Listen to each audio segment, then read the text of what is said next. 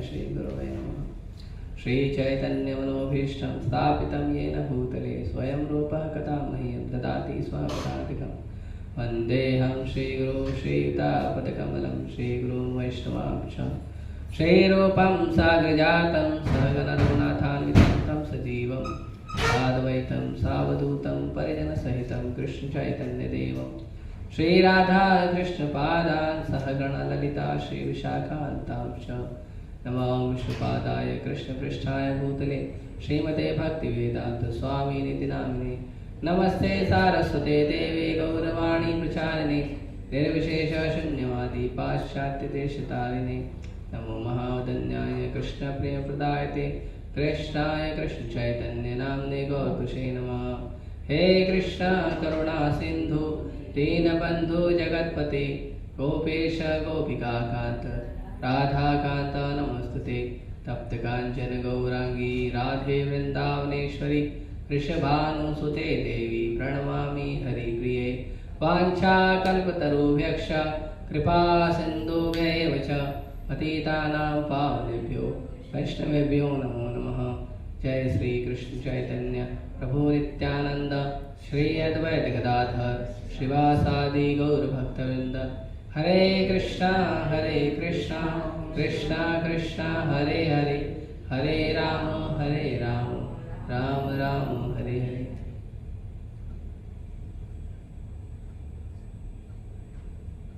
हरे कृष्णा।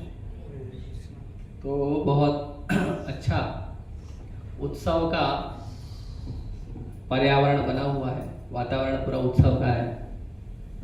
हालांकि ये उत्सव का वातावरण शुरू हो जाता है जगन्नाथपुरी में अक्षय तृतीया से। अक्षय तृतीया के दिन रथ को बनाना शुरू करते हैं और 4 धाम हैं। 4 धाम का वर्णन किया जाता है 4 युगों के अनुसार। तो सत्ययुग है, तो सत्ययुग में जो यज्ञ है वो है तपस्या। भगवान को प्रसन्न करने के लिए सत्ययुग में लोग तपस्या करते थे। तो भगवान ने भी तपस्या करके दिखाया। भगवान तपस्या कहाँ किए थे? बद्रिकाश्रम में। जब जो सहस्त्र कवच असुर को मारना था, सहस्त्र कवच असुर जो है वो कर्ण था, जिसके 999 कवच भगवान ने और अर्जुन ने फाड़ दिए थे। और वही असुर था, वापस जन्म लिया था कुंती महारानी का पुत्र बनके। और महाभारत में क्योंकि असुर है तो गुण भी असुर के ही होंगे। जब तक कोई व्यक्ति पूरी तरह से शुद्ध नहीं हो जाता भगवान की भक्ति करके, तब तक वो असुर ही रहता।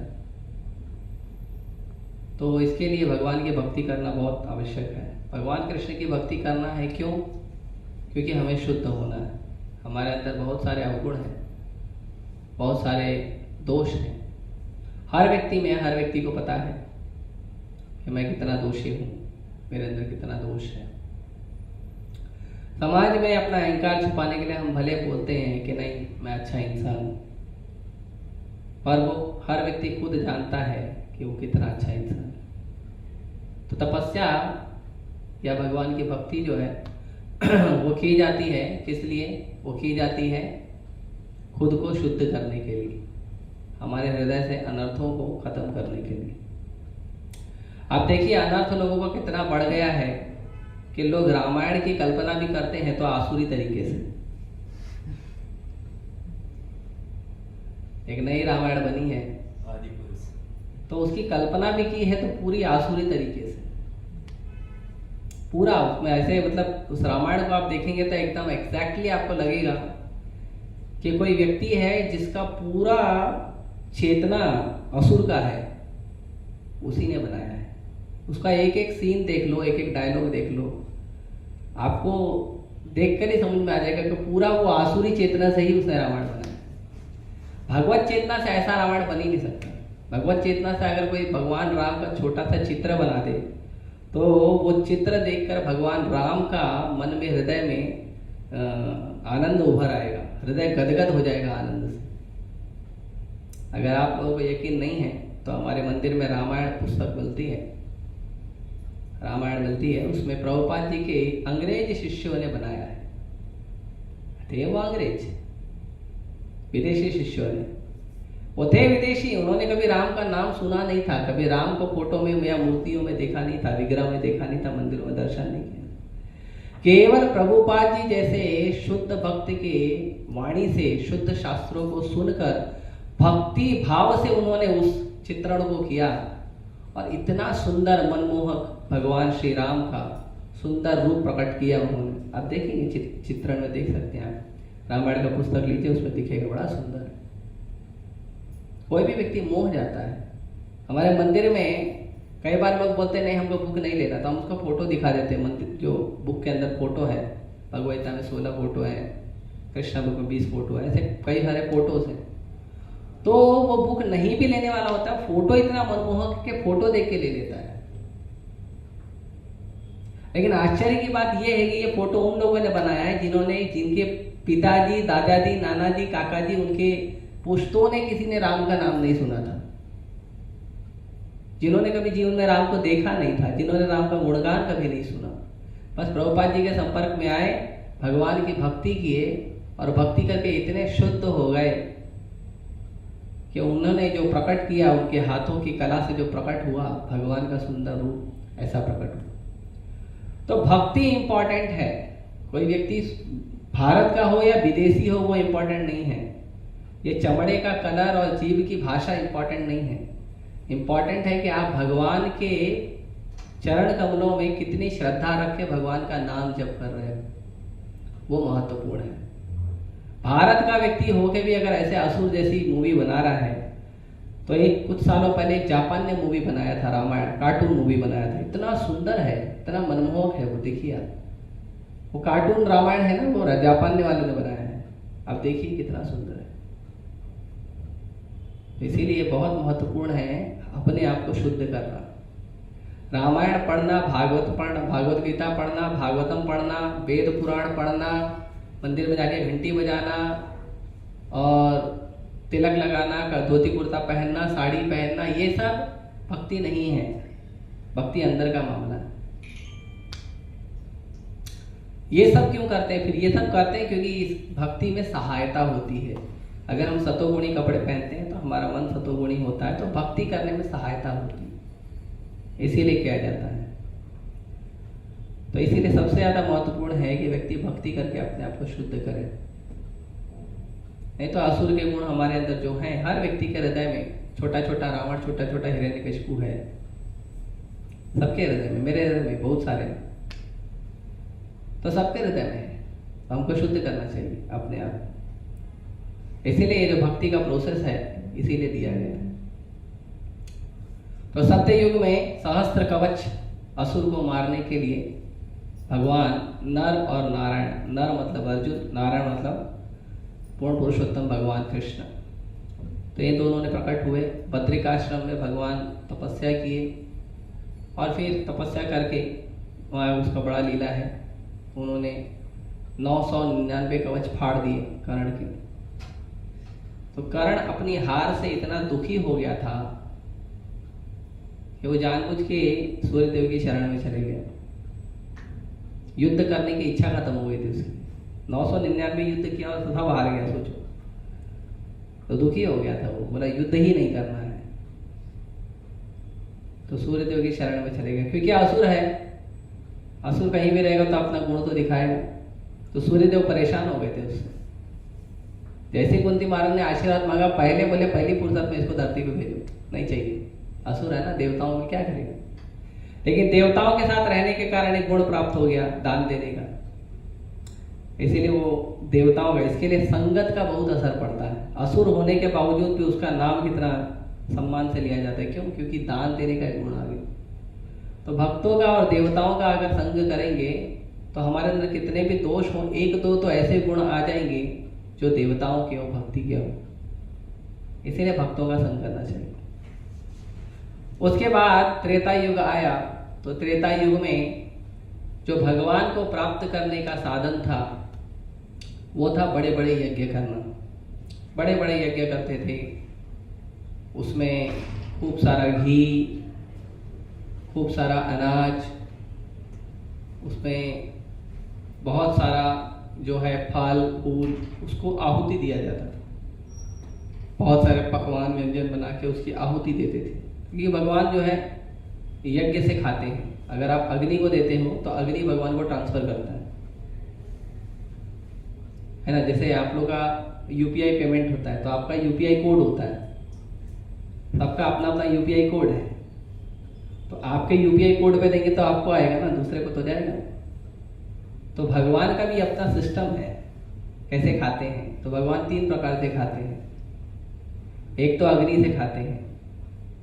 आप अग्नि में कुछ डालिए, मंत्रों के द्वारा भगवान को स्मरण कीजिए और अग्नि में डालिए, विशेषकर यज्ञों में, तो भगवान खाते हैं। दूसरा, भगवान के सामने भोग लगा दीजिए और मंत्र का उच्चारण करिए, तो भगवान देख कर और सुनकर खाते हैं। विग्रह, श्री विग्रह, जैसे राधा राजभरी को भोग लगाना है आपको, तो प्लेट में भोग लगाइए, उसमें तुलसी पत्र डालिए, भगवान का प्रणाम मंत्र पढ़िए, गुरु का प्रणाम मंत्र पढ़िए, तो भगवान देख कर खा लेते हैं।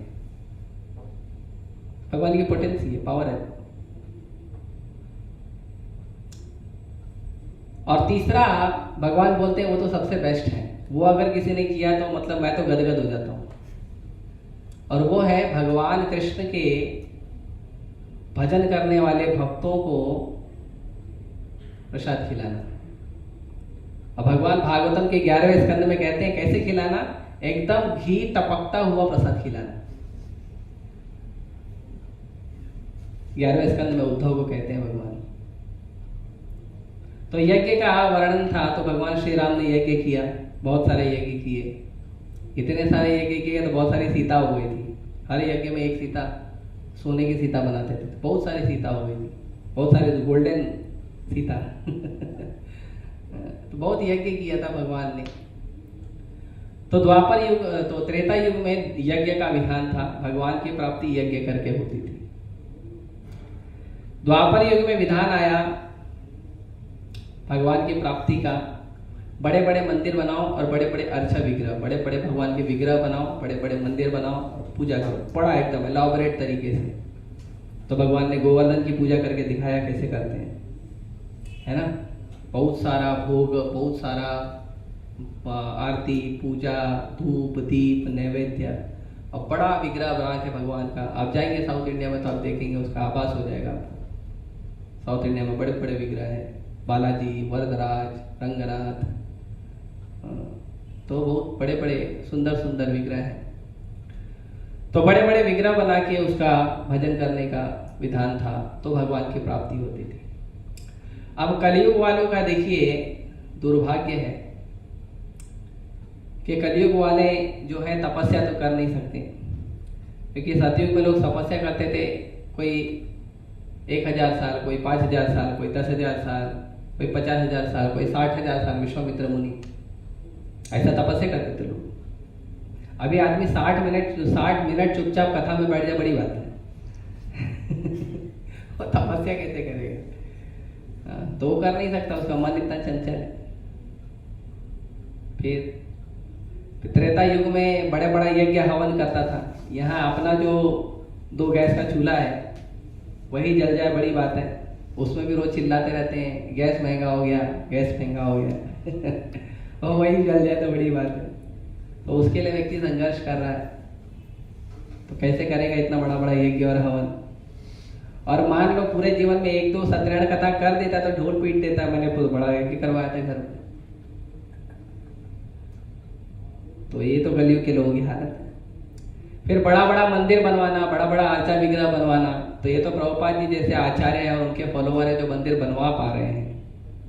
वरना आदमी तो मुंबई में अपना 10x10 का कोली ले लो, बड़ी बात है। 1 BHK का रूम ले ले, बड़ी बात है।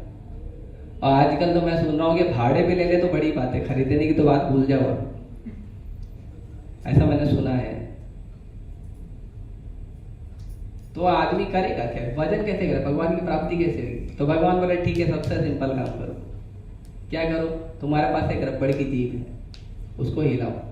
क्या करना है, बोलिए हरे कृष्णा कृष्णा कृष्णा हरे हरे, हरे राम राम राम हरे। भगवान बोले तुम कुछ नहीं कर सकता है, कम से कम मेरा नाम जप करो। तो कलयुग में क्या विधान है? भगवान का नाम जप करना। तो 4 युग के 4 नियम है भगवान भक्ति के, भगवान को प्राप्त करने के। तो 4 युग के 4 धाम हैं। सत्ययुग का धाम है बद्रिकाश्रम, त्रेता युग का धाम है रामेश्वरम, द्वापर युग का धाम है द्वारका, और कलयुग का धाम है जगन्नाथपुरी। तो यदि कोई जगन्नाथपुरी चले गया तो उसके चारों धाम हो जाते हैं। भगवान कितना डिस्काउंट देंगे? अभी और कितना चाहिए डिस्काउंट? लोग बोलते हैं भगवान और कृपा। अभी कितना कृपा करेंगे? आप नाम जप करो चुपचाप एक जगह बैठ के, प्रसाद खाओ, जगन्नाथ के सामने नाचो, हो गया भक्ति। और कितना कृपा चाहिए? और कितना इजी करके चाहिए?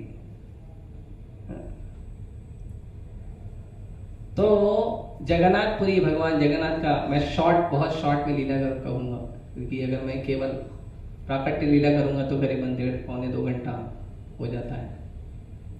उसके बाद रथ यात्रा ही बताना है। तो भगवान की प्राकट्य लीला ऐसी है कि भगवान जो है ब्रह्मा जी के 50 साल नील माधव के रूप में दर्शन देते हैं धरती में। ब्रह्मा जी के 50 साल, और जब ब्रह्मा जी का 50 साल पूरा हो जाता है तो भगवान जगन्नाथ के रूप में 50 साल दर्शन देते हैं। ब्रह्मा जी का, हमारा नहीं, है ना। ब्रह्मा जी का एक दिन कितना है पता है किसी को? 86 करोड़ साल हमारा, तो ब्रह्मा जी का एक दिन है। तो ब्रह्मा जी का 50 साल कितना बड़ा होगा? तो भगवान जो है नील माधव के रूप में दर्शन देते हैं।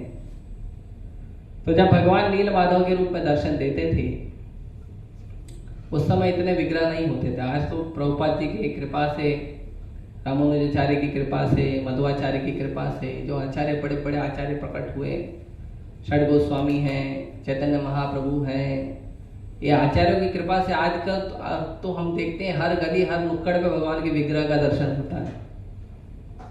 लेकिन उस समय विग्रह का दर्शन नहीं होता था। सतयुग में तो बस ध्यान करना है, भगवान का स्मरण करना है, विग्रह मालूम नहीं। ध्रुव महाराज के पास विग्रह था ही नहीं। तो नारद मुनि बताया भगवान ऐसे ऐसे दिखते हैं, भगवान का आँख ऐसा है, बाल ऐसा है, कान ऐसा है, नाक ऐसा है, शरीर ऐसा है।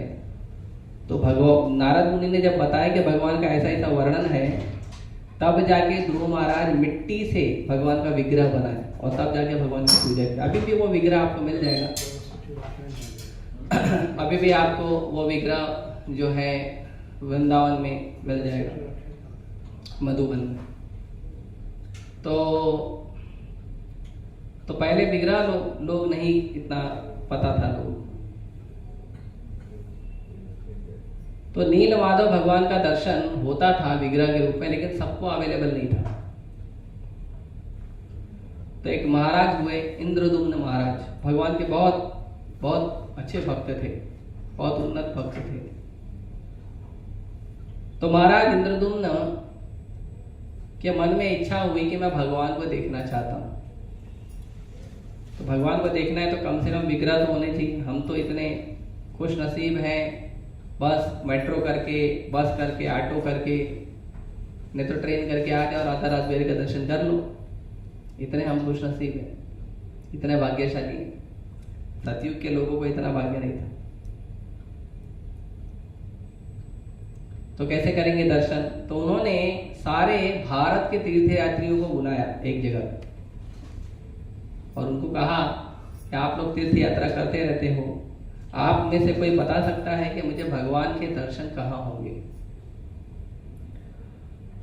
तो तीर्थयात्री तीर्थ यात्रा करते तो थे, लेकिन किसी को पता नहीं था कि भगवान है, अभी धरती पे अवेलेबल है, दर्शन दे रहे हैं। तो उसमें से एक तीर्थयात्री ने बोला कि मैं आपको बता सकता हूं कि भगवान कहाँ मिलेंगे। तो उन्होंने पूछा कि भगवान कहाँ मिलेंगे, तो बताया कि नीलाचल क्षेत्र, एक नील पर्वत है, वो नील पर्वत को नीलाचल क्षेत्र कहते हैं, उसे आजकल श्री क्षेत्र भी कहते हैं। तो उस क्षेत्र में भगवान जो है वो नील माधव के रूप में दर्शन दे रहे हैं। जो नीलमणि होता है ना, स्फटिक नीलमणि, उस नीलमणि का बना हुआ पूरा विग्रह था, बड़ा सुंदर नीला विग्रह। तो भगवान उस रूप में दर्शन देते हैं। तो यदि कोई व्यक्ति जाकर आपको उसके बारे में पूरा वर्णन बताए, उस ओर जाए और आपको लाके बताए, तो आप जाकर दर्शन कर लीजिए, भगवान दर्शन दे देंगे। ठीक है। तो राजा ने क्या किया, अपने एक असिस्टेंट को या अपने एक खास व्यक्ति को उन्होंने भेजा, जाइए पता करके आइए भगवान नीलमाधव कहाँ दर्शन दे रहे हैं। तो विद्यापति नाम के एक बहुत ही खास व्यक्ति थे महाराज इंद्रद्युम्न के, तो वो गए। अब देखिए, धाम जब जाते हैं भगवान का दर्शन करने, तो ऐसा नहीं है कि ट्रेन का टिकट ले लिया, बस का टिकट ले लिया, फोन करके वृंदावन में अकोमोडेशन का व्यवस्था हो गया, प्रसाद का व्यवस्था हो गया, ठीक है अभी दर्शन कर लेंगे, फिर गए भगवान का थोड़ा दर्शन किए, थोड़ा फोटो खींचे, सेल्फी खींचे और आ गए। इसको दर्शन नहीं कहते। आजकल मैं देखता हूँ इतना लोग जो हैं कम बुद्धि के हो गए हैं कि भगवान के साथ सेल्फी खींचते हैं। भगवान के साथ सेल्फी नहीं खींचना चाहिए। अगर आप करते हो या आप में से कोई, आपकी कोई मित्र करते हैं तो मना करिए, अच्छा नहीं है। भगवान कौन है और हम कौन है? हम एक छोटे से जीव हैं, भगवान पूर्ण पुरुषोत्तम भगवान है, उनके साथ सेल्फी नहीं लेना चाहिए। कई सारे मंदिरों में तो बोर्ड लगाया हुआ है, हम बोर्ड नहीं लगाए तो लोग फायदा उठाते हैं, तो कम से कम बोलना चाहिए, सेल्फी वगैरह नहीं लेना चाहिए। तो धाम जाने के लिए विद्यापति ने क्या किया, उन्होंने धाम जाने के लिए पहले तो कथा सुने, वो यात्री तीर्थ यात्री से कथा सुन लिए, उसके बाद स्मरण कर रहे हैं कि जब मैं भगवान की आंखों को देखूंगा, जब मैं भगवान के सुंदर मुखमंडल को देखूंगा, जब मैं भगवान की श्री चरण कमल को देखूंगा, जब मैं भगवान के हस्त कमल को अभय मुद्रा में, उसको अभय मुद्रा कहते हैं, तो अभय मुद्रा में भगवान के हस्त कमल को देखूंगा, तो मैं भगवान से क्या प्रार्थना करूंगा, कैसे भगवान को गुणगान करूंगा, स्तुति करूंगा। तो पूरा चिंतन करते हुए जा रहे हैं रास्ते में कि भगवान को देखूंगा तो कैसा भाव होगा, कैसे होंगे भगवान सुंदर। तो पूरा स्मरण करते हुए वो जा रहे थे। तो जाते जाते जो नीलाचल क्षेत्र है उसके पास, एक घने जंगल के पास वो पहुंचे, रात हो गई थी। तो सोचे कि थोड़ा समय बैठकर प्रसाद वगैरह ले लेता हूँ और फिर आगे बढ़ता हूँ। तो जब वहां पे बैठे वो, तो जो कथा उस तीर्थ यात्री ने सुनाया था दरबार में आके, वही कथा उनको सुनाई दी। तो कुछ जो आदिवासी लोग हैं, शबर जाति के, शबर जाति के जो आदिवासी लोग हैं, है ना, शबर जाति के लोगों का भगवान राम से भी मिलन हुआ था। तो जो शबर जाति के जो आदिवासी लोग हैं, वो आदिवासी लोग जो हैं भगवान नीलमाधव का गुणगान कर रहे थे। भगवान का स्मरण करने का सबसे आसान तरीका है, भक्तों के साथ बैठिए और भगवान का गुणगान करिए। भगवद गीता पढ़िए, भागवतम पढ़िए, प्रभुपाद जी का कोई पुस्तक पढ़िए और उसके ऊपर चर्चा करिए। बहुत आसान और बहुत अच्छा तरीका है और बहुत आनंददायक है। आपको करना है किसी दिन तो 2, 4, 6 भक्तों को लेकर बैठ के कृष्णा बुक पढ़ के देखिए, बहुत आनंद आता है। हम लोग ने किया है आश्रम में, इसलिए हम बता पा रहे हैं, बहुत आनंद आता है। भगवान कहते हैं बोधयन्ता परस्परम। आपस में बैठकर यदि कोई व्यक्ति मेरी चर्चा करता है, मेरा गुणगान करता है, तो क्या होता है, कथयन्तश्च माम नित्यम तुष्यन्ति च रमन्ति च।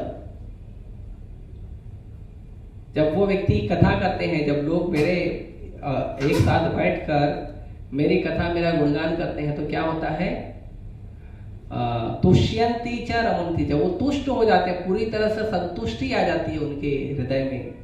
और रमन्ति मतलब उनके हृदय में आनंद प्रकट होने लगता है। इसीलिए कभी शास्त्र चर्चा करेंगे तो आपको बड़ा मजा आएगा। भगवान का कथा सुनिए, पुस्तक लीजिए, कथा सुनिए, बैठिए और कथा के ऊपर चर्चा करिए। हम लोग करते हैं, हम लोगों को कराया गया आश्रम में, इसके लिए हम लोग को पता है, बहुत आनंद आता है। और भगवान की कई सारी लीलाएं, अलग अलग भक्तों को अलग अलग लीलाएं पता होती है, किसी को कुछ पता होता है, किसी को कुछ पता होता है, तो उसमें एडिशन होता है और आनंद बढ़ता है ना। ये बॉलीवुड का, क्रिकेट का, ये सब स्टोरी सुन के कुछ फायदा नहीं है। हमारे जीवन का दुख बढ़ाने वाली स्टोरी है ये सब, खास करके newspaper, crimes of India. Times of India नहीं हो, क्या क्राइम्स ऑफ इंडिया। आप कोई भी न्यूज़पेपर उठा लो, कोई भी न्यूज़ चैनल उठा लो, क्या मिलेगा? मोर देन 80% यूल थी क्राइम, 15-16% आपको इंफॉर्मेशन मिलेगा, 2-4% उनका न्यूज रहता है, एनालिसिस, 2-4%। वो भी जो 2-4% उनका पर्सनल एनालिसिस होता है उसको कोई देखता नहीं, एडिटोरियल पेज कोई देखता है? कोई नहीं देखता है। बस लोग क्राइम देखेंगे, पॉलिटिक्स देखेंगे, क्रिकेट देखेंगे, फुटबॉल देखेंगे, बस हो गया, टाइटल देख लिया, फिर वो बेचारा 100-150 पेज का जो न्यूज़पेपर होता है वो 1 घंटे में बर्बाद हो जाता है। उसके लिए कितना बड़ा पेड़ काटना पड़ता है पता है? क्या ये कलयुग के जीवों का बुद्धि है। तो कथा करना चाहिए बैठकर, सांसारिक कथा करने से आनंद नहीं आएगा। भगवान की कथा करके देखिए आप, तुष्यंती च रमंती च, भगवान भगवद्गीता में गारंटी दिए हैं वो होगा। तो उन्होंने कथा सुना तो बड़े आनंदित हो गए कि भगवान नीलमाधव की कथा हो रही है, मुझे जाना चाहिए।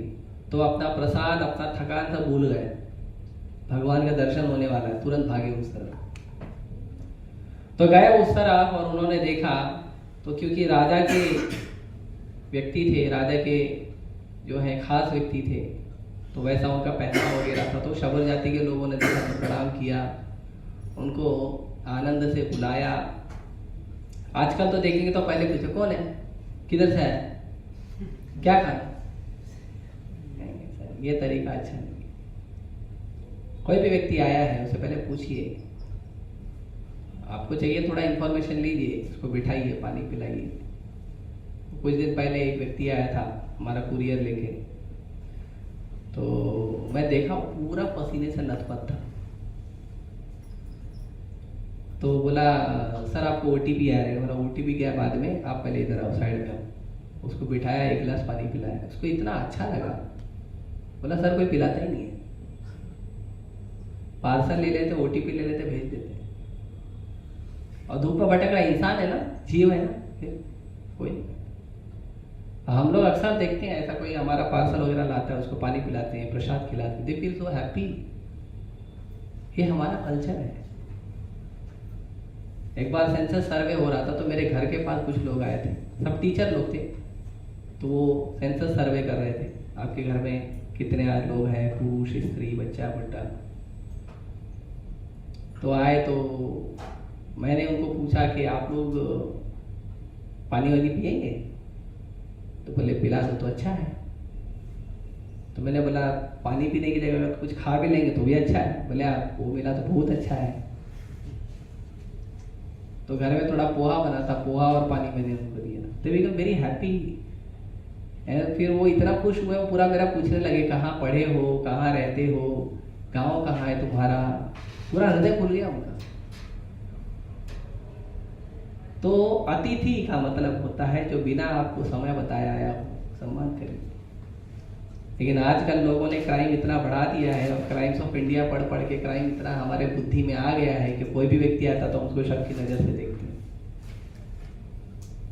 कहीं कोई व्यक्ति हमको कष्ट तो पहचानेंगे। ऐसा पहले नहीं होता था, साधारणतः अभी भी गांव में नहीं होता है, गांव में अभी भी लोग सादे लोग हैं। तो वो वहां पे गए तो उन्होंने उनका स्वागत किया, उनको बढ़िया प्रसाद वगैरह खिलाया। उसके बाद वो बोले कि ये जो आप कथा कर रहे थे, ये कथा किसके बारे में थी? तो उन्होंने कहा यहीं नीलाचल पर्वत पर भगवान नीलमाधव रहते हैं, हम उनकी कथा करें। तो बोले मुझे मिलना है।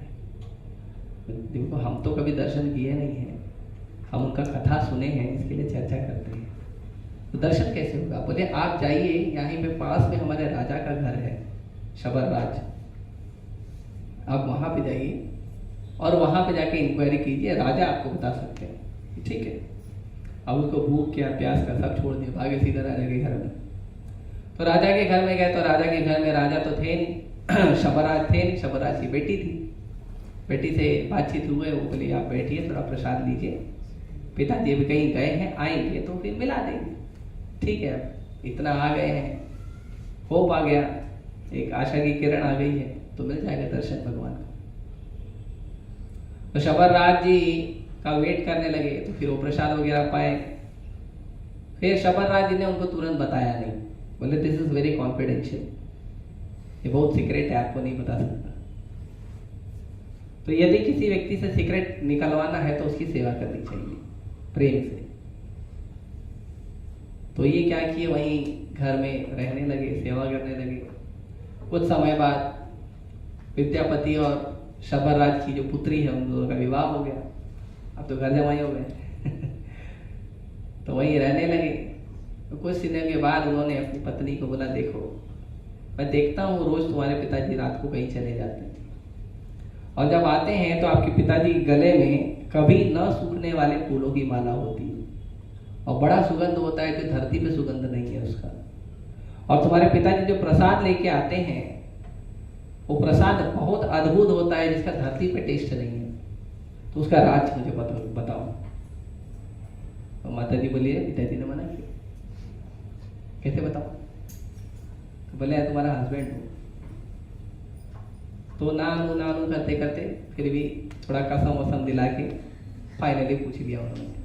तो माता जी ने बताया कि पिताजी जाते हैं भगवान नीलमाधव का दर्शन करने। बोला मैं उसी ले आया हूँ, मेरे महाराज को, मेरे राजा को भगवान नीलमाधव का दर्शन करना है, तो मुझे दर्शन करवाओ। बोले अरे तो बता दिया मैंने डरते डरते, अभी पिताजी को पता चलेगा तो और गुस्सा होंगे, इतना सीक्रेट क्यों बता दिया। तो अभी क्या करे, पत्नी है, तो पिताजी से रिक्वेस्ट किया। पिताजी गुस्सा उस्सा तो हुए, लेकिन बोले पता चल गया है तो चलो देखो दर्शन करो। तो उन्होंने कहा मैं तुमको रास्ता नहीं बताऊंगा, तुम्हारे आंख पे पट्टी मार दूंगा और तुम मेरा हाथ पकड़ के चलते रहना। तो रास्ता देखेंगे तो दिखाएंगे कैसे राजा को। बोले ठीक है नो प्रॉब्लम। तो वाइफ को बोले, उन्होंने क्या किया, उनको सरसों के बीज दे दिए। तो वो जब जा रहे थे तो रास्ते में थोड़ा थोड़ा सरसों गिराते हुए आगे जा रहे थे। वो सरसों जाएगा जमीन में, पौधा उगेगा, मालूम पड़ जाएगा ये रास्ता। तो फिर वो गए भगवान नीलमाधव के पास। वहां पे एक सरोवर भी है, बड़ा सुंदर सरोवर। और सरोवर का ऐसा महत्व है कि वो सरोवर में कोई भी जीव गिरता है तो वो चतुर्भुज विष्णु रूप लेके निकलता है। तो विद्यापति को इच्छा हो गई मैं भी स्नान करता हूँ इसमें। तो विद्यापति जैसे ही स्नान करने गए, आकाशवाणी हुई, अभी तुम्हारा टाइम नहीं है अभी तुम्हारे को सेवा मिली है राजा के लिए, सेवा करो भाई ठीक है, भी क्या करेंगे। तो आचमन किए और गए भगवान का दर्शन करने। जब भगवान का दर्शन किए तो इतने सुंदर विग्रह, आप राधा राजबेरी का कभी दर्शन करिए तो दर्शन जो होता है सबसे पहले शुरू होता है चरण से। भगवान का कभी दर्शन करो तो सबसे पहला दर्शन करना चाहिए चरण को। हमारा ऐसा दर्शन होता है सीधा आंख जाता है भगवान के चेहरे पे, लेकिन पद्धति है भगवान के चरण को पहले देखना चाहिए। आप कोई भी प्रार्थना देखेंगे तो भक्तों ने सबसे पहले भगवान के चरण का गुणगान किया है। श्रीरंगम में तो एक आचार्य को चैलेंज किया था कि भगवान के गुणगान के बारे में 1000 श्लोक लिखो, तो उन्होंने 2000 श्लोक लिखे। लेकिन मालूम है किसके लिखे? भगवान की चप्पल का रंगनाथ है ना, नाचते हैं, डांसर है, तो भगवान का चप्पल वहां पे है। आप लोग कभी जाएंगे तो उसका भी दर्शन होता है। भगवान रोज रात को चप्पल पहनते हैं। भगवान रंगनाथ, माता लक्ष्मी, और दोनों वहां पे रंगमंच, वहां पे नाचते हैं रात को। हाँ, हम लोग गए थे, बड़ा आनंददायी जगह है, 1000 पिलर का बड़ा मंदिर है। तो भगवान के चरणों को पहले दर्शन कीजिए, फिर धीरे धीरे ऊपर जाइए, धीरे धीरे भगवान के जांघों का दर्शन करें, फिर थोड़ा ऊपर जाए, भगवान के जो नाभि है, वो नाभि जहाँ से सारा ब्रह्मांड प्रकट हुआ है उसका दर्शन करें, फिर भगवान के वक्ष स्थल का, भुजाओं का दर्शन करें, फिर भगवान की ग्रीवा कंठ का दर्शन करें, फिर उसके बाद भगवान की स्निग्ध मुस्कान का दर्शन करें, फिर भगवान के मुखमंडल का दर्शन करें, उसमें भगवान की आंखों का दर्शन करें। ध्यान दीजिए भगवान की आंख जब भगवान, मैं आज जो ग्रुप में एक लिंक डाला हूँ यूट्यूब का, मैंने भगवता क्लास दिया था, कमल नयन श्री श्री राधा रास बिहारी, तो मैंने वर्णन किया है भगवान की आंखें ना बड़ी बड़ी है और ऐसे धनुष की तरह खींचती हुई बराबर कान तक जाती है। मतलब अगर भगवान ने किसी को पलक झपका दिया तो ऐसा लगता बस तीर छूट गया, अब वो घायल, अब उसको बचाना मुश्किल है। इसके लिए भगवान वृंदावन में भगवान के सामने कोई गया तो फिर वापस यज्ञत्वाना निवर्तन थे, ये उसका यूटर्न रास्ता नहीं है। अगर कोई भगवान के सामने गया, भगवान ने आपको देख के प्रेम से पलक झपका दिया ना, तो बस फिर आपको संसार में कहीं रुचि नहीं लगेगी, बस वही सुंदर मुखमंडल का दर्शन करना। तो ऐसे दर्शन होता है। तो उन्होंने बड़ा सुंदर भगवान का दर्शन किया, प्रार्थना किया, स्तुति किया भगवान की। और स्तुति करने के बाद शबरराज कहीं गए, बोले मैं थोड़ा आता हूँ भगवान के लिए फल फूल लेके। तो वो गए, तो ये दर्शन कर रहे थे, दर्शन करते करते भगवान अंतर ध्यान हो गए, भगवान गायब हो गए। वो जो श्री विग्रह का इतना समय से सेवा हो रहा था, श्री विग्रह गायब हो गए। शबरराज आए तो शबरराज को गुस्सा आ गया, ये क्या किया तुम, कहाँ गए मेरे भगवान? तो बोले अरे मैं तो प्रणाम कर रहा था, प्रणाम करके उठा, भगवान गायब।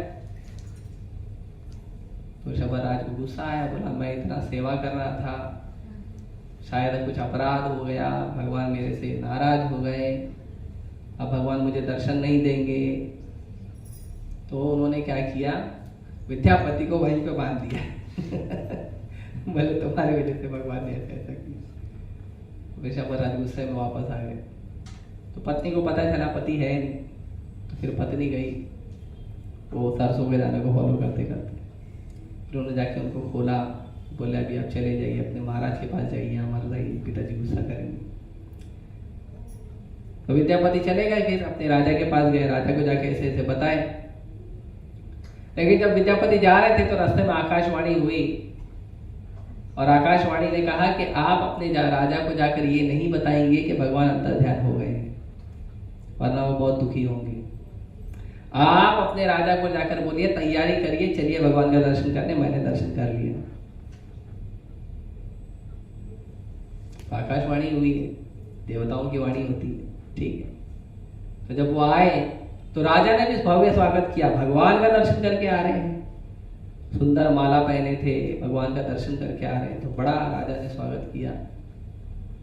और फिर राजा ने पूछा तो उन्होंने बताया भगवान बहुत सुंदर है, बहुत सुंदर भगवान का विग्रह है, नीलमणि नील माधव भगवान। बोले चलो चलो मुझे चलना है, चलो। पूरा राज्य ही खाली हो गया। पहले लोग ऐसे दर्शन करते थे। भगवान कृष्ण को जब असुर आक्रमण करते थे तो इष्ट गोष्ठी हुआ। इष्ट गोष्ठी मतलब भगवान की सेवा के लिए जो चर्चा करते हैं, भगवान की सेवा को अच्छा कैसे करना है उसके लिए जो चर्चा होती है उसको इष्ट गोष्ठी बोलते हैं। तो उपनंद महाराज ने इष्ट गोष्ठी किया। इष्ट गोष्ठी करने में ये चर्चा हुई कि हम कृष्ण को कहीं और लेकर जाएंगे, किसी और गांव में कृष्ण को ले जाके रखेंगे जहाँ पे असुर नहीं तंग करते। तो ये हुआ कि नंद गांव में जाएंगे क्योंकि शिव जी का श्राप है, वहां पे कोई भी असुर नहीं आ सकता, तो नंद गांव में जाएंगे। तो जब भगवान कृष्ण को लेके जा रहे हैं तो ऐसे नहीं खाली कृष्ण बलराम नंद बाबा यशोदा मैया चले गई, नहीं, जैसे ही लोगों को पता चला कृष्ण ट्रांसफर हो गया, पूरा गांव ट्रांसफर हो गया, एक आदमी भी नहीं रहा, पूरा गांव ट्रांसफर हो गया। ये भगवान से प्रेम। तो यहां पे भी पता चला भगवान नील माधव का दर्शन होगा तो पूरा का पूरा राज्य ही खाली हो गया। और महाराज बोले चलो सबको दर्शन कराएंगे, भक्त उदार होते। तो सबको लेके गए, लेकिन लेके जाने के बाद वहां पहुंचे तो फिर विद्यापति ने बताया कि देखिए ऐसा ऐसा है, ये सब बात है। तो राजा बोला मैं सच में बहुत घोर पाप किया हूं, इतनी इच्छा होने के बावजूद अगर भगवान दर्शन नहीं दे रहे हैं तो मेरा ही कुछ अपराध होगा। भगवान में तो दोष है नहीं, भगवान तो दोष रहित है, भगवान के अंदर कोई दोष हो ही नहीं सकता। तो दोष हमारे अंदर है अगर हम दर्शन नहीं कर पा रहे। तो राजा बोला मेरे अंदर दोष है, मैं दर्शन नहीं कर पा रहा हूं। राजा रोने लगा। तो फिर ब्रह्मा जी आकाशवाणी हुई और फिर उनको आकाशवाणी में बताया गया कि ब्रह्मा जी के 50 वर्ष तक ही ये दर्शन होते हैं। ब्रह्मा जी का 50 वर्ष पूरा हो चुका है, इसीलिए आपको दर्शन नहीं मिला। लेकिन भगवान आपको माध्यम बना के अपने दूसरे रूप को प्रकट करना चाहते हैं, और जो है जगन्नाथ का रूप। तो उस रूप में आपको भगवान नीलमाधव दर्शन देंगे। तो आप अब उसकी तैयारी करो। तो क्या तैयारी करना है? तो उन्होंने कहा आप अपने राज्य में वापस जाइए, और समुंदर में बहते हुए लकड़ी के बड़े बड़े टुकड़े आएंगे। वो टुकड़े आएंगे, उन टुकड़ों को आप कुछ दिनों के बाद वो टुकड़े आएंगे, वो टुकड़ों को आप अपने पास ले लेना। और फिर उसके बाद कुछ दिनों के बाद एक कारीगर आएगा जो लकड़ी के टुकड़ों से भगवान के विग्रह को बनाएगा। तो आप उस कारीगर को विग्रह बनाने के लिए दे देना। तो ठीक है, राजा ने वैसा ही किया। कुछ दिनों के बाद उन्होंने देखा सचमुच समुद्र में बहते हुए बड़े बड़े लकड़ी के जो है टुकड़े आए। जब टुकड़े आए तो राजा ने उसको कलेक्ट करवा लिया, और फिर बोले रखो इसको, एक रूम में रख दिए। फिर सच में एक कारीगर आया, और वो कारीगर जो है वो बोला कि मैं भगवान का विग्रह बनाने आया हूँ। बोले हाँ ठीक है, बनाइए। तो कारीगर ने शर्त रखा कि जब तक मैं काम करूंगा कोई रूम में देखने नहीं आएगा, मैं रूम लॉक करके काम करूंगा, कोई देखने नहीं आएगा। और तो राजा बोला मेरे को कैसे पता चलेगा तुम काम कर रहे हो नहीं कर रहे हो, आराम कर रहे हो? तो बोला तुमको टक टक टक टक आवाज आते रहेगा बाहर। हाँ ठीक है, ठीक है। तो राजा खाना ही नहीं खाया, उपवास किए थे। बोले भगवान को दर्शन करेंगे फिर खाए। तो बहुत दिन बीत गए, वो आवाज आ रही थी। फिर कुछ दिनों तक आवाज ही आना बंद हो गई। तो राजा को समझ में नहीं आया, कारीगर बाहर नहीं आया, आवाज आना रुक गई है, काम हुआ कि नहीं हुआ, मैं दरवाजा खोलूंगा तो वो चले जाएंगे, करूं क्या? फिर भी मन माना नहीं, उन्होंने दरवाजा खोल दिया। दरवाजा खोला तो देखा जगन्नाथ जी, बलदेव जी, सुभद्रा महारानी, तीनों का विग्रह बना है, सुदर्शन जी का विग्रह बना है, कारीगर गायब है। अब जगन्नाथ जी का आप देखेंगे हाथ पूरा बना नहीं है, पंजा नहीं है, पैर नहीं है ना, इतना बड़ा चेहरा, सिर है, बड़ी बड़ी आंखें हैं।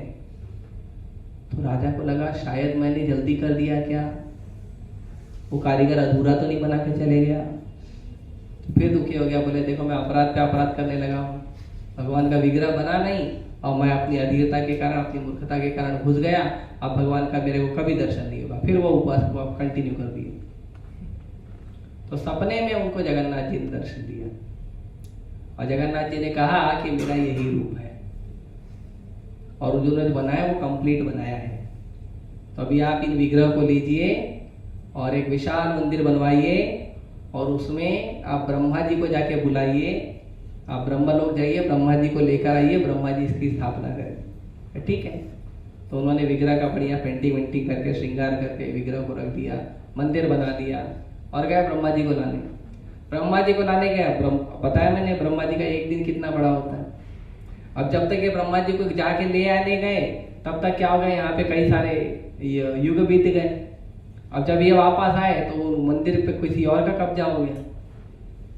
अब ये है ही नहीं ना, जब आए ब्रह्मा जी को लेकर तो किसी और का कब्जा हो गया। तो अब क्या करें? बोले अरे ये मंदिर मैंने बना, तुमने कैसे बनवा दिया? तो फिर सारे देवी देवता आए, साक्षी दिए, और आकाशवाणी हुई, नहीं भाई ये इंद्रदुम्न महाराज ने बनाया है, ऐसा ऐसा लीला हुआ है। तो तब जाके लोगों ने माना, तो फिर ब्रह्मा जी ने उनकी स्थापना की। तो इस तरह से भगवान जगन्नाथ, बलदेव, सुभद्रा जो नीलमाधव हैं, उनका हमको दर्शन प्राप्त होता है। और ये जो जगन्नाथ, बलदेव, सुभद्रा जो रूप कैसे प्रकट हुआ उसका मैं बताता हूं कि भगवान कृष्ण जब द्वारका में रहते थे, तो हालांकि भगवान के पास 16,108 रानियां थी सेवा करने को, और भी बहुत सारे नौकर चाकर थे, लेकिन भगवान उनकी तरफ देखते भी नहीं थे। वो लोग बहुत मेहनत करके सेवा करते थे, भगवान देखते भी नहीं थे। भगवान के मुंह से हमेशा वृंदावन के जो पार्षद हैं उनका नाम, कभी गोपियों का, कभी गोप सखा का, कभी गायों का, कभी नंद महाराज का, कभी यशोदा मैया का, हमेशा वही नाम देते थे।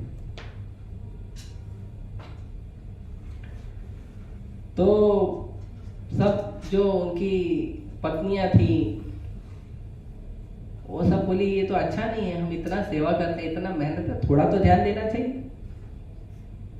अब बिल्कुल ध्यान नहीं देते और बराबर उन्हीं के स्मरण में रहते हो। तो सारे रानियों ने मीटिंग किया कि हम कुछ करेंगे।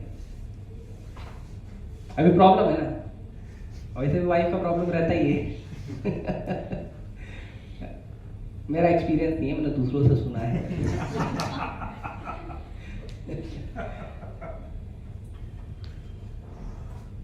तो सारी रानियों ने मीटिंग किया और बोले वृंदावन का कौन है उनसे बात करेंगे, क्या प्रॉब्लम। तो वहां पे रोहिणी माता थी, बलराम जी की माँ, माता रोहिणी और सुभद्रा। तो उनको पूछा गया तो बोले हाँ सच में वृंदावन जो है ऐसा है। बोले नहीं, हमको वृंदावन का कथा सुनाओ, ऐसा है क्या वृंदावन में जो भगवान बस उसी के स्मरण में रहते हैं, क्या है वृंदावन। तो उन्होंने कहा देखो कृष्ण बलराम अगर ये सुन लेंगे वृंदावन की कथा को तो तुम दोबारा कृष्ण बलराम को प्राप्त नहीं कर पाओगे, तुरंत भाग जाएंगे, तुरंत वृंदावन चले जाएंगे, वापस कभी नहीं आएंगे। तो अगर आपको वृंदावन की लीला सुननी है तो आप कृष्ण बलराम को खो दोगे, तो उपाय कोई दूसरा निकालो कि कृष्ण बलराम भी ना रहे, तुम कथा भी सुन लो। बोले ठीक है। तो कृष्ण बलराम रोज जाते थे सुधर्मा सभा, भगवान भी अपना सभा वगैरह करते थे राजा की तरह बैठ के। तो भगवान जब गए, भगवान और बलराम जी गए, तो इन्होंने क्या किया, पूरे के पूरे महल को, पूरा जो उनका द्वारकापुरी था, पूरा द्वारकापुरी बाहर से लॉक कर दिया। सुभद्रा मानी को बोले आप बाहर खड़े रहो, कृष्ण बलराम अंदर नहीं आना चाहिए। सुभद्रा महाराज बोले नहीं, मेरे को भी सुनना है कथा। तो उनको बोले देखो आप ऐसा मत करो, अगर वो अंदर आ गए तो गड़बड़ हो जाएगा ना, तो एक आदमी को बाहर रहना पड़ेगा। और रोहिणी माता को बोले आप कथा सुनाइए। तो सुभद्रा माता बाहर खड़ी थी और रोहिणी माता कथा सुना रही। अब भगवान की अगर कहीं कथा हो रही हो और भगवान वहां पे ना हो, ऐसा होता नहीं है। हम नहीं देख पाते, वो हमारा कमजोरी है, लेकिन अगर आप भगवान की कथा करोगे तो भगवान वहां तुरंत आ जाते हैं। भगवान आते हैं, हनुमान जी आते हैं, शिव जी आते हैं, सारे देवी देवता आते हैं, सुनते हैं। ऑस्ट्रेलिया में या ऐसे किसी देश में, ऑस्ट्रेलिया में प्रभुपाद जी एक बार कथा कर रहे थे। कथा करते करते प्रभुपाद जी रुक गए और प्रभुपाद जी ने कहा ब्रिंग 2 व्यास आसन। एक पे तो खुद बैठे थे, बोले 2 व्यास आसन लेके आए। तो भक्त लोग गए, व्यास आसन तो लेके आए, था उधर शायद, लेके आए। तो प्रभुपाद जी बोले लगा दीजिए। तो व्यास आसन लग गया, प्रभुपाद जी कथा कंटिन्यू की। कथा पूरी हो गई, प्रभुपाद जी उठ के जाने लगे। तो बाकी लोगों तो पूछा नहीं, एक भक्त गया प्रभुपाद जी के ऊपर, पूछा बोला प्रभुपाद जी आप 2 व्यास आसन मंगाए थे, उसका कुछ उपयोग हुआ नहीं। प्रभुपाद जी ने कहा आपने देखा नहीं। तो भगवान के महान भक्त आए थे, तो 2 कौन आया था, हमने तो नहीं देखा। प्रभुपाद जी ने कहा ब्रह्मा जी और नारद जी आए थे। अभी भी आप ऑस्ट्रेलिया में इस्कॉन में जाएंगे तो 3 व्यास आसन अभी भी रखा है, प्रभुपाद जी का, ब्रह्मा जी का, नारद जी का। तो ऐसा नहीं है ये कोई मनगढ़ंत कहानी है, मैथोलॉजी है, या अपने मन से अपने भाव से कोई बोल देता है। नहीं, आप शुद्ध हो ही आप देख सकते हो। प्रभुपाद जी कहते हैं कि लोगों के आंख में मोतिया बिंदु हुआ है माया के इंद्रिय तृप्ति का। ये इंद्रिय तृप्ति का मोतिया बिंदु जब साफ होगा ना, तब भगवान दिखेंगे, इन्हीं आंखों से देखेंगे। संता सदैव हृदयेषु विलोकयन्ति। 24 आवर, 24 घंटा देखोगे आप भगवान को, 24 घंटा। भगवान भगवद गीता में बोलते हैं कि जो महात्मा है वो कैसे देखता है, हमेशा नित्य निरंतर भगवान का दर्शन करता है। वासुदेव सर्वमिति स महात्मा सुदुर्लभः। ऐसा बहुत दुर्लभ महात्मा होते हैं जो हमेशा भगवान को देखते हैं। इसके लिए एक छोटा सा वीडियो अभी वायरल हुआ है दिल्ली का, इस्कॉन दिल्ली का। मोहन रूप प्रभु जो वहां के प्रेसिडेंट है, वो बोलते हैं कि प्रभुपाद जी एक बार एक व्यक्ति को पूछे, एक साइंटिस्ट को पूछे कि आप कहते हो कि आपने किसी ऐसे व्यक्ति को नहीं देखा जो भगवान को जानता है, भगवान को मानता है। प्रभुपाद जी ने उनको पूछा क्या आप संसार के सारे व्यक्तियों से मिल लिए हो? कितना भी बड़ा साइंटिस्ट है, दुनिया के हर इंसान से तो मिल नहीं पाया है ना। कौन कौन सी कंदराओं में रहता है, कौन सी वन में रहता है, कहाँ जाके तपस्या कर रहा है। आप क्या सबसे जाके मिल लिए हो? आप क्या सबको जाके इंटरव्यू ले लिए हो? क्या आपने भगवान को देखा नहीं है, भगवान होते नहीं है? तो आप बोल कैसे सकते हो कि भगवान नहीं होते? तो अपने मन गढ़ंत आधार पे हमें निष्कर्ष पर नहीं पहुंचना चाहिए कि भगवान नहीं होते। तुम 4 आदमी से मिलिए, भगवान नहीं होते, उन्होंने कहा तुम्हारे से वो 4 नास्तिक होंगे। मिलिए किसी आस्तिक से जो भगवान को समर्पण कर चुका हो, मिले किसी आस्तिक से जो भगवान का दर्शन किया हो, भगवान का सेवा करता हो, आओ जाके बोलो उसको। आज सुबह चक्रवर्ती लोग बता रहे थे कि एक बार एक व्यक्ति आया विदेश से भारत में पता करने के भगवान है या नहीं। तो आया, पूरा भारत घूमा, वो जितना भी कुछ साल लगा होगा घूमने के लिए।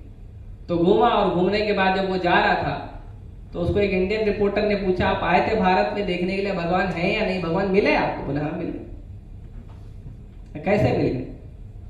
तो उन्होंने कहा ये भारत ऐसा देश है, यहाँ पे इतने सारी भाषाएं, इतने सारे विविधताएं, इतनी सारी परंपराएं चलती है और इतने सारे लोग हैं कि सबका मत अलग, भाषा अलग, रहन सहन अलग, खान पान अलग, जलवायु अलग, फिर भी मिलके रहते हैं। तो इसको तो केवल भगवान ही चला सकते हैं और कोई चला ही नहीं सकता, इंसान के बस की बात ही नहीं है। तो पूरा भारत राम भरोसे चल रहा है, तो मतलब भगवान होते हैं। इसीलिए तो भारत जैसे देश को चलाना किसी इंसान का काम नहीं है। आप देखिए कितना उत्पाद होता है, फिर भी लोग मिलजुल के रहते हैं। तो भगवान को देखने के लिए हमें आंख होनी चाहिए, और वो आंख है भगवान को देखने वाली प्रेमांजना चुरित भक्ति विरोचनेना। आंखों में काजल लगाइए, किसका? भगवान के भक्ति के प्रेम का। भगवान के भक्ति के प्रेम का जब काजल लगाएंगे तब भगवान दिखेंगे। संतः सदैव हृदेश। अच्छा, कैसा भगवान देखते हैं? यम श्याम सुंदरम अचिंत गुण स्वरूपम। श्याम सुंदर भगवान को देखते हैं जो अनंत गुणों के सागर है। ऐसे भगवान का वो 24 घंटा दर्शन करते हैं। तो ऐसा अंजन हम भी लगाएंगे तो हम भी देखेंगे।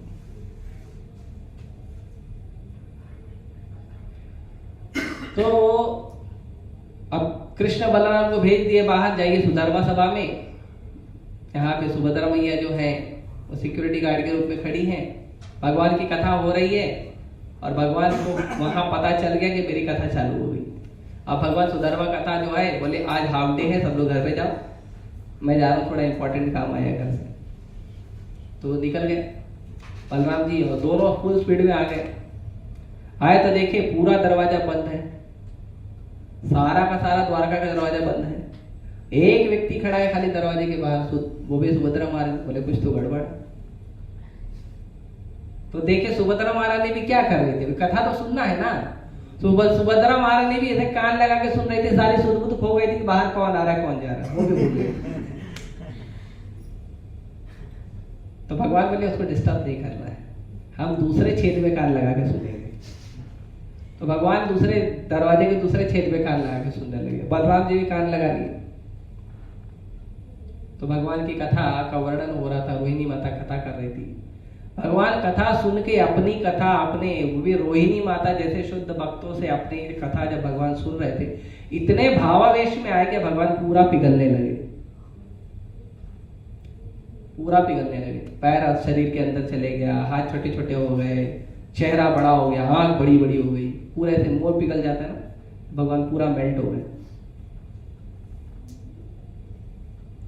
ऊपर से नारद जी जा रहे थे और नारद जी लगे जोर जोर से चिल्लाने, मैंने देख लिया, मैंने देख लिया, मैंने देख लिया। तो भगवान जब नारद जी का आवाज सुने तो तुरंत अपने रूप में वापस आ गए। पहले आवेश में आ गए थे, प्रेम के आवेश में आ गए थे, तुरंत अपने रूप में आ गए। नारद जी नीचे आ गए, बोले मैंने तो देखा। क्या देखा आपने? बोले इतना सुंदर रूप है आपका, इसकी तो पूजा होनी चाहिए भगवान। बोले ठीक है, चाहिए, कलयुग में पूजा होगी, 50 साल ब्रह्मा जी के इसी रूप की पूजा होगी। तो जगन्नाथ बलदेव सुभद्रा का ये जो रूप है ये इस तरह से द्वापर में प्रकट हुआ था।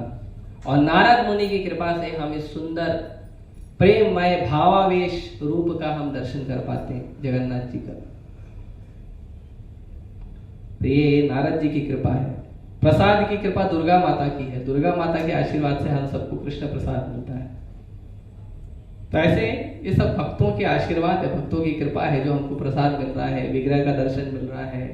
ये सब भक्तों ने बहुत तपस्या की है, भगवान से याचना की है, तब जाके हमको मिलता है। इसीलिए हमें हर भक्त का सम्मान करना चाहिए। हमको नहीं पता कौन सा भक्त माध्यम बन जाएगा भगवान से संबंध जोड़ने में। तो किसी भक्त से द्वेष नहीं करना चाहिए, हर भक्त से प्रेम करना चाहिए। और ये जो रथ यात्रा का प्रोसेस है, एक बार जब ग्रहण लगा था, तो जब ग्रहण लगता है जो द्वारका लीला में एक बार ग्रहण लगा था, तो जब ग्रहण लगता है तो क्या होता है कि लोग जो है भगवान के नाम का जप करते हैं। जब ग्रहण लगता है तो जप करना चाहिए, भगवान के नाम का जप करना चाहिए, ग्रंथ पढ़ना चाहिए, लेक्चर सुनना चाहिए, ये सब करना चाहिए ग्रहण के समय। पवित्र नदियों में उतरकर, कई लोग नदियों में आधा उतर के नदियों में आचमन करते हैं, भगवान का नाम जप करते हैं। चैतन्य महाप्रभु जब प्रकट हुए तो ग्रहण लगा था, चंद्रमा को ग्रहण लग गया था। हालांकि था दिन पूर्णिमा का, लेकिन चंद्रमा गायब था, क्योंकि चंद्रमा को राहु ने खा लिया था। क्यों खा लिया था? बोले जब चैतन्य चंद्र प्रकट हुए तो इस चंद्रमा की क्या जरूरत है, इसको साइड करो। तो उसके लिए चंद्रमा को राहु ने ग्रहण ले लिया। तो बहुत सारे जो ब्राह्मण थे, गांव के लोग थे, सब पानी में उतर के, गंगा में उतर के इतना जो है वो भगवान का नाम जप कर रहे थे। और गांव के लोग तो ठीक है, नदी के उस पार कुछ मुसलमान लोगों का बस्ती था, तो यहाँ पे ये लोग हरी हरी बोलते थे, तो वहां पे वो लोग चिढ़ाने के लिए हरी हरी बोलते थे। तो हर जगह, चाहे हिंदू है, चाहे मुस्लिम है, चाहे ब्राह्मण है, चाहे शूद्र है, सब भगवान का नाम जप कर रहे थे, जोर जोर से हरी हरी हरी हरी बोल रहे थे। ये भगवान का लीला है, देखो सबसे हरी हरी बुलवा लेते हैं। तो भगवान और जो पूरे राजपाट के लोग हैं, द्वारका के लोग हैं, भगवान बोले चले जाएंगे कुरुक्षेत्र में, ब्रह्म सरोवर में हम स्नान करेंगे। तो जब वृंदावन वासियों को पता चला कि कृष्ण जो है कुरुक्षेत्र में आ रहे हैं, तो सब वहां पहुंचे, बोले कृष्ण आ रहे हैं, अब इसको वापस लेके आएंगे। तो भगवान गए वहां पे। तो जब भगवान को वृंदावन वासियों ने देखा कि मुकुट पहने हैं और पूरा राजा का वेश पहने हैं और जो है इतनी सारी रानियां हैं, तो बोले भगवान आप अच्छे नहीं लग रहे हो, ये ड्रेस में अच्छे नहीं लगते हो, आप वृंदावन वाले ड्रेस में अच्छे लगते हो, है ना, जो गोपाल का ड्रेस है, गोप, तो उसमें आप अच्छे लगते हो, इसमें अच्छे नहीं लगते। तो भगवान को रथ पे बिठाए, बलराम जी को बिठाए, सुभद्रा माता को बिठाए, और सारे वृंदावन वासी, स्पेशली श्रीमती राधा रानी और गोपियां, गोप सखा, सारे वृंदावन वासी क्या किए कि भगवान के रथ को रस्सी बांध के खींचना शुरू किए। तो सबसे आगे जो रथ चल रहा था उसमें थे बलराम जी, उसके बाद माता सुभद्रा, उसके बाद भगवान जगन्नाथ। तो भगवान जगन्नाथ जी जब चलते हैं तो कई बार ये ऐसा सोचते हैं लोग कि मतलब लकड़ी का टुकड़ा का विग्रह तो है, ऐसे उठा के लाके रख दिया, ऐसा लोग सोचते हैं। लेकिन भगवान ऐसे आज सुबह के श्लोक में, भागवतम के श्लोक में वो वर्णन था कि चैतन्य महाप्रभु कहते हैं जगन्नाथ जी को कि लोगों को लगता है कि लोग आपको उठाकर एक जगह से दूसरे जगह लेकर जा रहे हैं और चला रहे हैं, लेकिन आप तो ब्रह्मांड के स्वामी, आपको कोई कैसे एक जगह से दूसरी जगह चला सकता है। आप अपनी स्वयं की इच्छा से, अपनी स्वयं की आनंदमयी इच्छा से आप खुद चलते हो और आप खुद जो है ये सारी लीला करते हो। तो भगवान जगन्नाथ जी को जो है कोई चलाता नहीं है, वो अपने मर्जी से ही सुबह सबको दर्शन देंगे, फिर अपनी मर्जी से उनको जब भक्त लोग उठाएंगे, जब उनकी मर्जी होगी तब वो उठेंगे, जब उनकी मर्जी नहीं होगी नहीं उठेंगे। तो एक बार ऐसे ही हुआ था अंग्रेजों के समय में। तो अंग्रेज लोग देखे कि जो अभी रास्ता ज्यादा दूर नहीं है, 2-2.5 किलोमीटर का रास्ता है गुंडीचा मंदिर से, जो मेन जो श्री क्षेत्र मंदिर है, ज्यादा दूर नहीं, 2-2.5 किलोमीटर है, पैदल भी चल के आप जा सकते हो, आधे घंटे में पहुंच जाओ, तो ज्यादा दूर नहीं है। लेकिन वो 2.5 किलोमीटर का जो रास्ता है उसको पहुंचने के लिए 2 दिन 3 दिन लग जाता है। तो ऐसा कैसे? अब जो आदमी पैदल आधे घंटे में पहुंच सकता है तो 2-3 दिन क्यों लग जाता है उसको? तो जगन्नाथ जी कभी चलते हैं, कभी खड़े हो जाते हैं, कभी लोगों को दर्शन देने, कभी यहाँ वहां देखने लग जाते हैं। तो अंग्रेजों को लगा ये इंडियन के लोगों को ना मैनेजमेंट नहीं आता है। अब सोचो कितने सालों से कर रहे हैं, वो बोले नहीं इंडिया के लोग हैं ना, गांव के लोग हैं, इनको मैनेजमेंट नहीं आता, हम मैनेजमेंट बताएंगे। तो जो था वाइसराय का आदमी, उसने क्या किया, पूरा शेड्यूल बनाया। सुबह इतने बजे भगवान का पहला आरती होगा, ये होगा, इतने बजे भगवान को उठाएंगे, इतने बजे रथ को बिठाएंगे, इतने बजे पहाड़ी उत्सव होगा, उतने बजे भगवान का रथ चालू होगा, 1-2 बजे तक भगवान गुंडीचा मंदिर पहुंच जाएंगे, है ना। सुबह 7 बजे 8 बजे चालू होगा, 2 बजे तक भगवान पहुंच जाएंगे, हो गया फेस्टिवल खत्म। कई के लिए 3-4 दिन दुकान सब बंद रखते हैं, ये सब करते हैं, क्यों ऐसा नहीं होगा। हेड पुजारी को दे दिए, हेड पुजारी लिया वो पेपर, भगवान को दिखाया, देखो आपको कल ये फॉलो करना है। भगवान बोले ठीक है कल देखते हैं।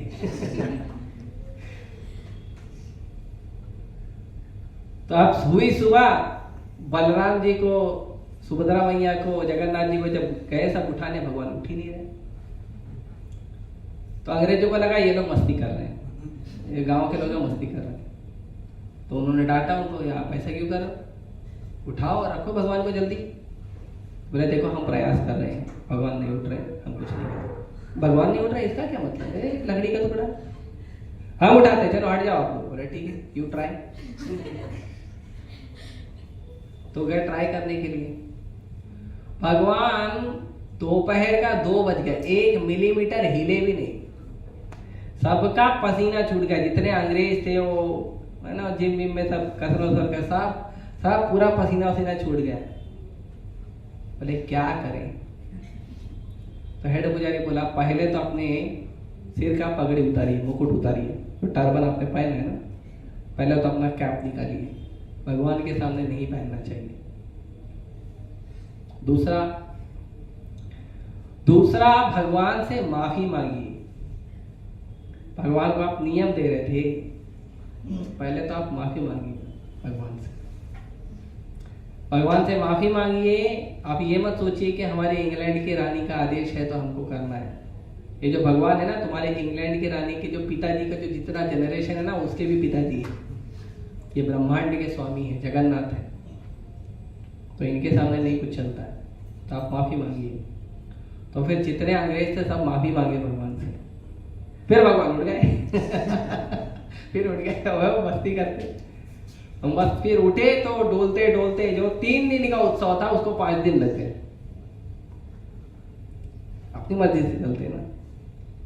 तो इस तरह से बहुत सुंदर जगन्नाथ जी का रथ का उत्सव होता है। चैतन्य महाप्रभु भी इस उत्सव को बड़े प्रेम से मनाते थे।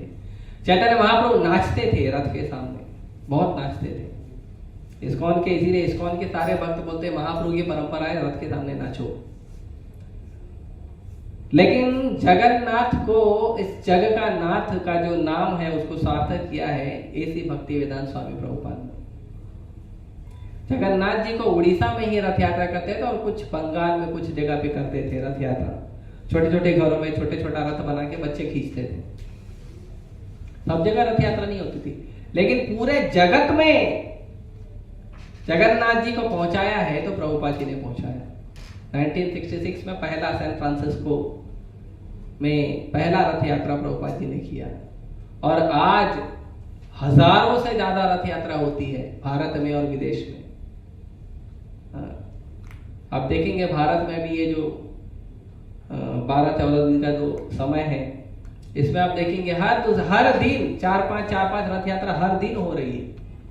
मुझे खुद 3 रथ यात्रा का इनविटेशन आया कि प्रभु जी यहाँ आइएगा, यहाँ आइएगा, यहाँ आइएगा।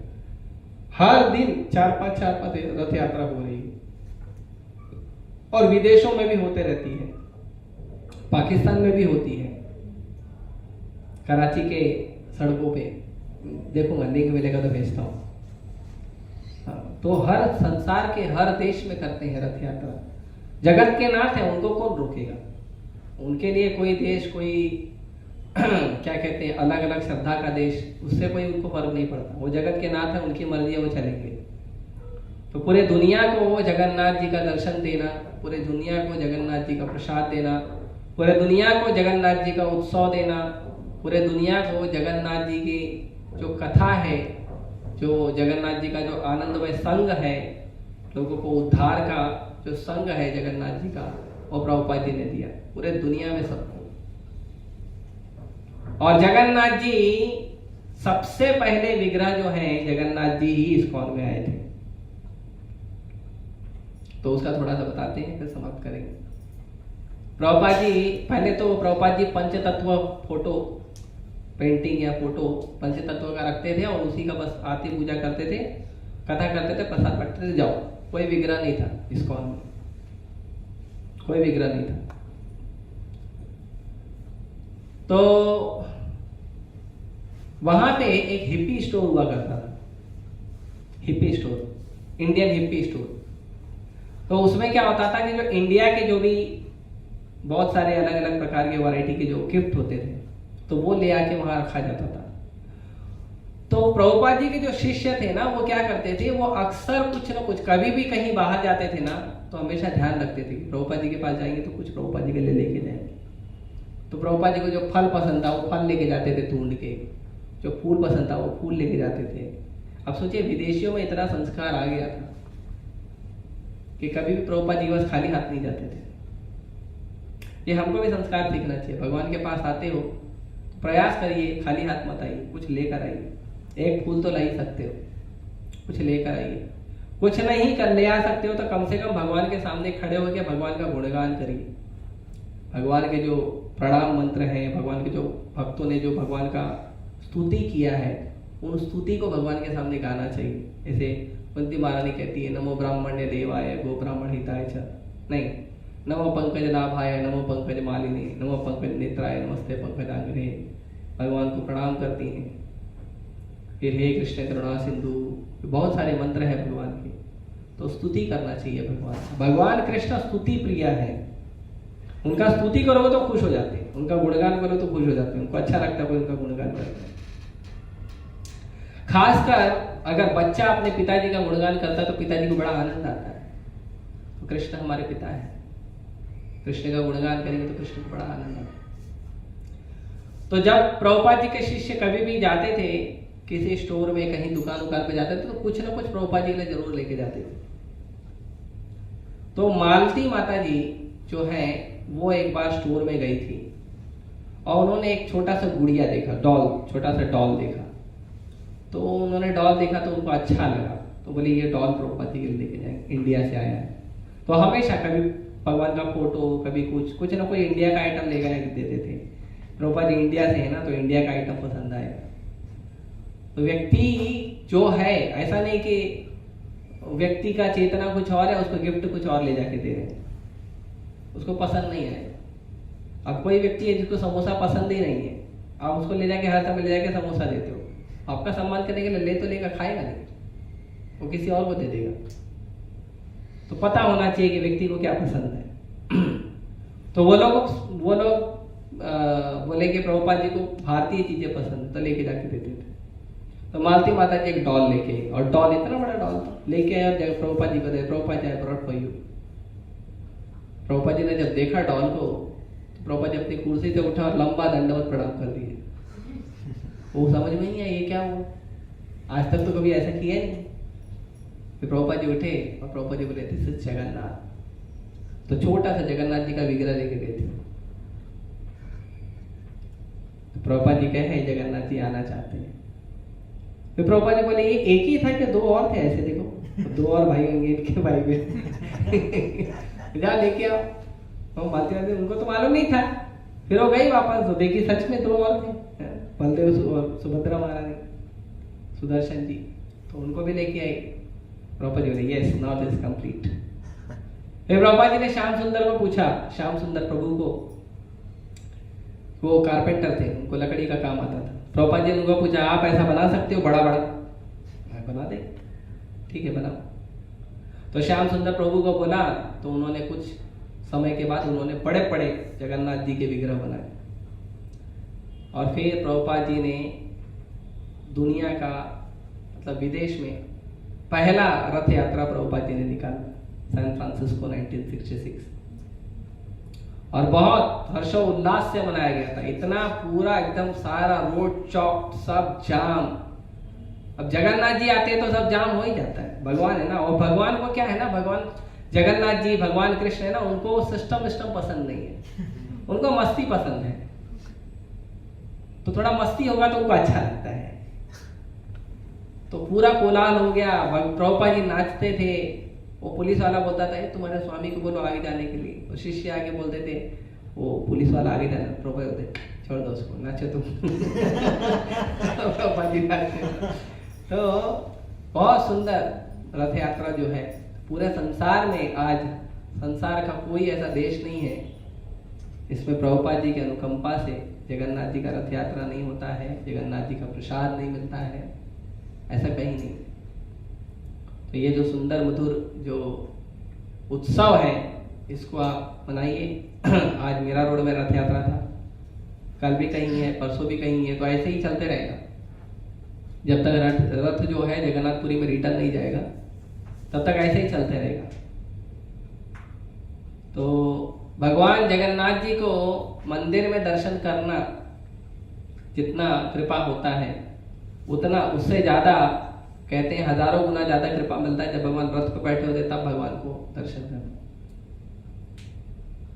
क्योंकि तब भगवान पूरे आवेश में रहते हैं, वृंदावन के आवेश में रहते हैं, एकदम फुल हैप्पी रहते हैं। वृंदावन जब अपने घर जा रहा होता है ना, कभी कभी हॉस्टल में बच्चे लोग रहते हैं, पढ़ाई करने वाले बच्चे हॉस्टल में रहते हैं, उनको पता चलता है 1 हफ्ते का छुट्टी है, तो घर जाते तो कैसा भाव रहता है, एकदम पूरा खुश रहते हैं, घर जाएंगे, है ना। तो भगवान को भी वृंदावन जा रहे हैं, वी बिकम वेरी हैप्पी। तो जो मांगो मिल जाता है।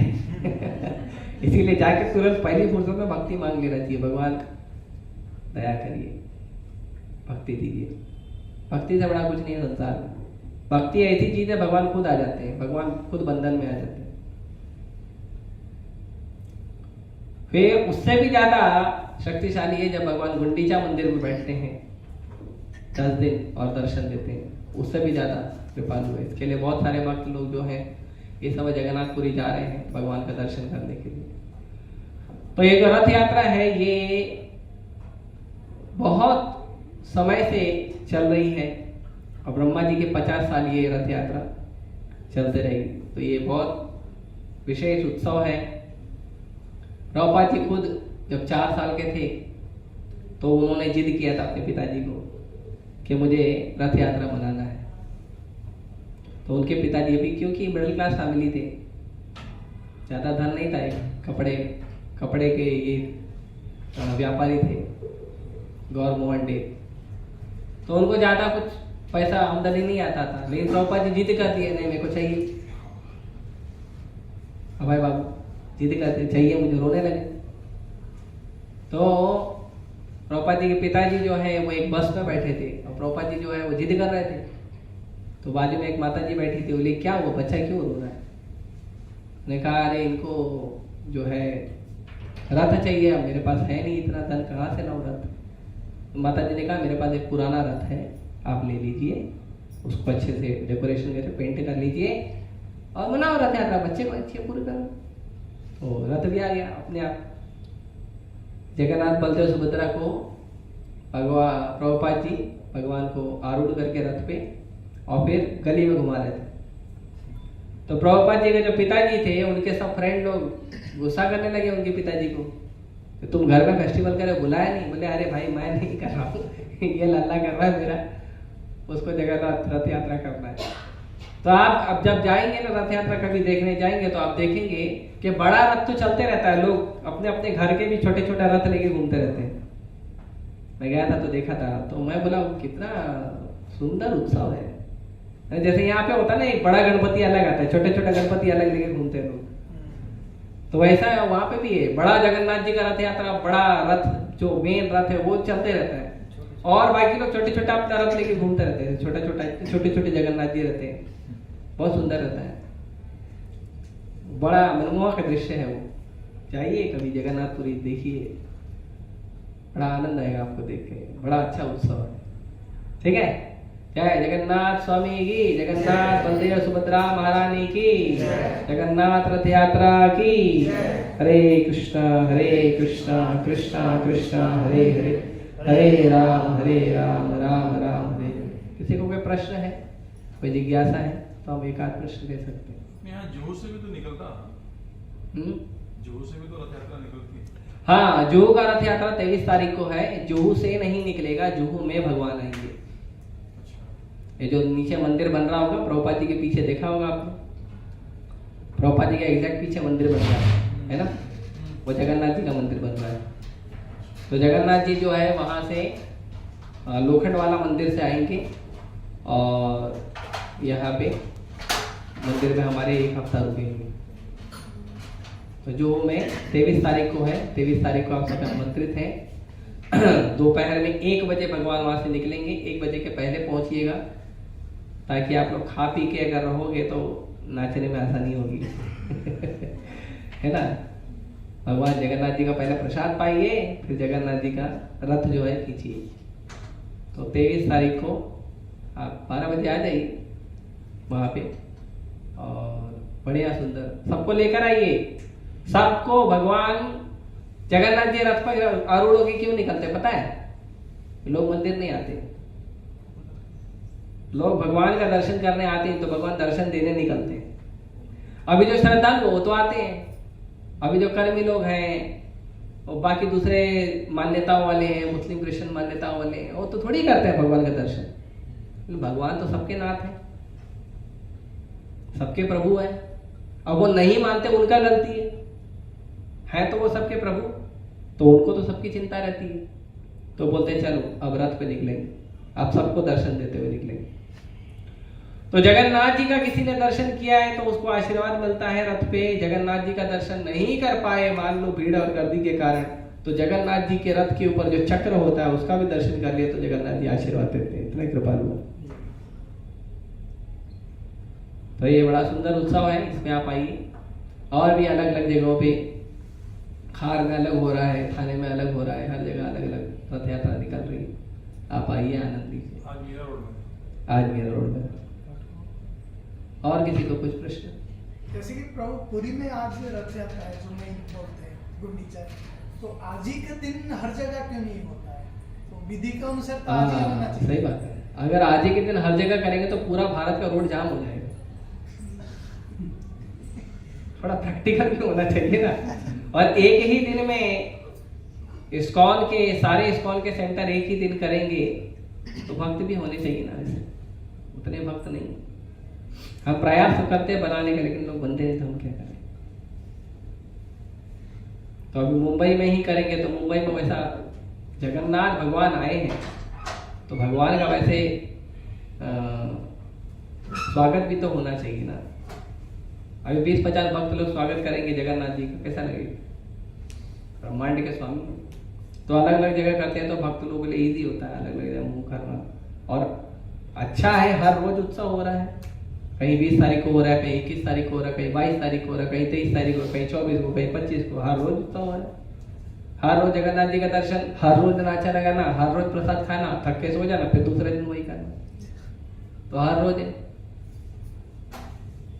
है ना। और कोई? ठीक है, हरे कृष्णा कृष्णा कृष्णा हरे हरे, हरे राम